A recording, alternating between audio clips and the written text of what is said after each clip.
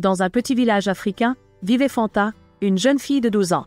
Depuis la mort de ses parents, elle vivait avec sa tante, Tanti Daba, une femme courageuse mais très pauvre. Ensemble, elles menaient une vie modeste dans une petite hutte en terre battue, luttant chaque jour pour survivre. Tanti Daba, veuve depuis plusieurs années, gagnait difficilement de quoi vivre en vendant de petits beignets au marché. Malgré leurs conditions de vie, elle aimait profondément Fanta et faisait tout son possible pour lui offrir une vie meilleure, bien que le poids de la misère se fasse ressentir chaque jour.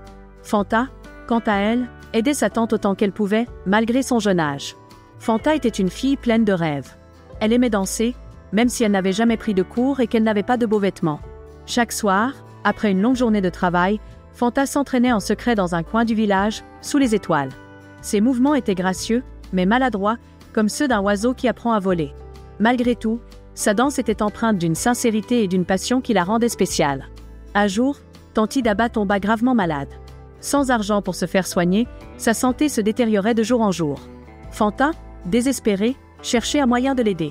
C'est alors qu'elle apprit l'existence d'un concours de danse organisé dans le village voisin. Le premier prix était une somme d'argent suffisante pour payer les soins de sa tante. C'était sa seule chance.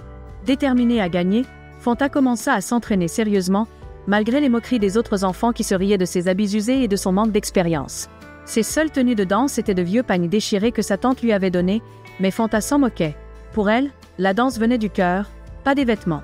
Un soir, alors qu'elle dansait seule sur la place du village, Fanta fut remarquée par Moussa, un vieux musicien aveugle qui jouait souvent pour les passants.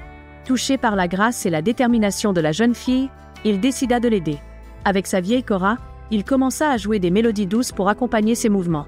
Grâce à ses conseils, Fanta apprit à danser en rythme avec la musique, à écouter son cœur et à se laisser porter par les sons. Le jour du concours arriva enfin. Fanta était nerveuse, mais le soutien de Moussa et l'amour de sa tante lui donnaient le courage d'affronter ses peurs. Sur scène, elle oublia tout, les moqueries, la pauvreté et même la maladie de sa tante. Elle dansa comme si c'était la dernière fois, exprimant à travers ses mouvements toute sa peine, sa joie et surtout, son amour pour Tanti Daba. Sa performance était poignante. La foule était captivée, émue par la sincérité et la force qui émanait de la jeune fille. Pour la première fois, Fanta dansait pour plus que l'argent. Elle dansait pour raconter son histoire. Quand les résultats furent annoncés, Fanta fut déclarée gagnante. Les larmes aux yeux, elle reçut le prix en argent et courut directement acheter les médicaments pour sa tante. Grâce à ses efforts, Tanti Daba commença à se rétablir petit à petit.